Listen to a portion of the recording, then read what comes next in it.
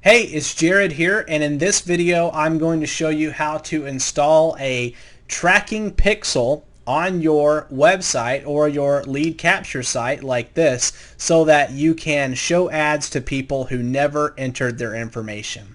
And let me show you what I mean and kind of give you an overview. So you're running an ad on Facebook, okay? And you're sending people here to this, website that says find out what your home is instantly worth for free, and everyone is not going to enter their information and request a house value. Some people will, but other people won't.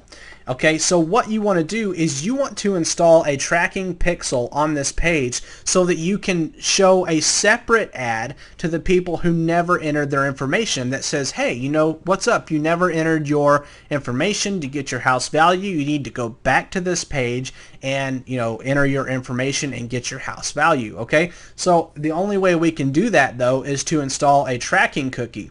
And when we install that tracking cookie, that allows us to create Facebook ads that only show a specific ad to the person, or the people I should say, who have that tracking cookie on their in their computer. Okay, so let me show you